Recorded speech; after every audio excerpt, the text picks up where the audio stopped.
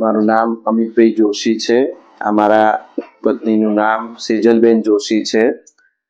અમે 9 જુલાઈ 2026ના રોજ અચાનક જ પેટમાં દુખાવો ઊભો થતા અમે અહીં લાઈફલાઈન હોસ્પિટલમાં આવ્યા હતા.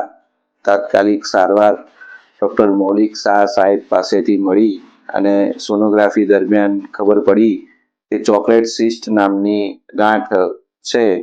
તો તેનું સત્વરે સફળતાપૂર્વક ઓપરેશન સાહેબે કરેલ છે અને અત્યારે ખૂબ જ સારું છે અને તેઓ હરતા ફરતા પણ થઈ ગયા છે.